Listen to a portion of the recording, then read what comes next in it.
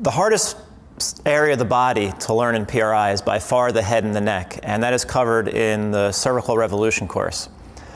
And quite frankly, to try to go into even all the detail on videos is almost impossible.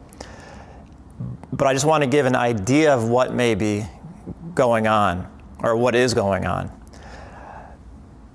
Essentially, when you're on your right foot, remember, PRI is walking and breathing. When you're on your right foot, your left pelvis is rotated forward and oriented to the right. Your torso counter-rotates back to the left. And because the left shoulder is higher than the right shoulder, your head and neck would be like this, which is not good, and we want to obviously keep an level line of sight. So our neck will side bend to the left, this being my left, and then rotating to the left.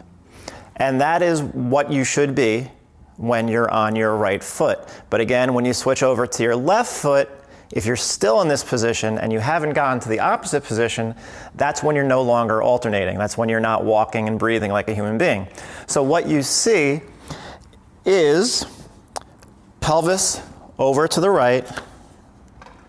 Now this green muscle is the internal oblique on the left side. The green means it's weak and turned off, because when the pelvis falls forward and the ribs then have to rotate back to the left, the ribs also rise, which creates space between the ribs on the left side and the pelvis on the left side, which weakens those obliques. So green is, it's out of commission, it's weak. The opposite is happening on the right. The ribs on the right, to counter-rotate back to the left, the ribs go down, and now the pelvis on the right side and the ribs on the right side are closer together, so these obliques and the diaphragm actually, internal obliques and diaphragm, are overactive, and they're keeping those ribs and the pelvis closer together. Now the interesting thing is what happens at the neck, and again, this is the hardest thing to figure out, and reading it doesn't make it that much easier. You really have to visualize it, and having a skeleton. Now this skeleton does not move very well. However, I think you can get kind of an idea of what's going on. When you're like so, in order to get upright, the neck has to bend to the left and counter-rotate to the left to stay straight. In that position, you're going to have a couple things go on. First, in particular, this is the SCM, sternocleidomastoid.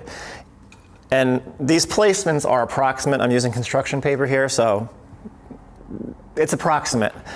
The sternocleidomastoid goes from the mastoid process, which is part of the temporal bone. And remember, the temporal bone is part of the TMJ joint. So a lot of TMJ dysfunction is really temporal bone dysfunction, which is really tied to what's going on in the neck. The neck muscles are the biggest players in a lot of TMJ issues. This sternocleidomastoid is overactive on the right side. So it goes sternum and the clavicle, and it attaches on the sternocleidomastoid. I'm sorry, on the mastoid process. And because of the position of the neck is being pulled down constantly as we counter-rotate, because we can't get out of this position. Even when we go to the left, we're still in this position. If we were able to alternate, it wouldn't be a problem, because now this part could open up, this part could close down, and it could open up on this side. However, that's not happening. We're stuck, always. So this SCM gets tight. Now you also have, let me move this closer, scalene, anterior scalene, right where my finger is. It goes from the first rib and it attaches to, I believe, cervical vertebrae 3 through 6, so somewhere 3 through 6. And when that gets overactive, especially when we're trying to breathe, that can pull the first rib up towards the clavicle, and it can get tight, and that can then throw off all your breathing mechanics and make everything quite miserable. So you'll also find a tight anterior scalene, which is also holding the base of the neck this way, and then from on up, it curves back to the other direction. So you're being held to the right. And then you also have, you can't really see it, but right underneath here, from the first rib to the clavicle, you have the subclavius, so underneath the clavicle. And that will also, because of the position that it gets put in, let me see if I can get it closer. There it is. Again, it's approximate. That also can hold that first rib close to the clavicle. And that can wreak havoc on the shoulder joint because now everything is mispositioned. And sometimes you'll have to manually release that subclavius. I had to do that myself because everything I was doing was working slightly but not perfectly, and it was because this subclavius, I couldn't release it. So in PRI, a lot of times you have to manually release that in one way or another, and that will then enable proper. Well, actually, no. There's further steps that you have to go through to get proper rib rotation and thus breathing, but I can't get into that in this video. The important thing to realize is what happens at the neck. You have a neck that is actually oriented to the right.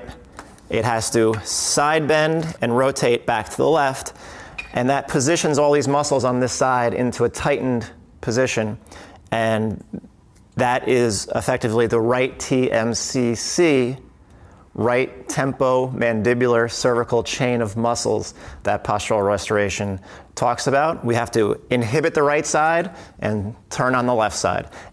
And it has to be done with help from these obliques to get you back up to the left so that these can turn off.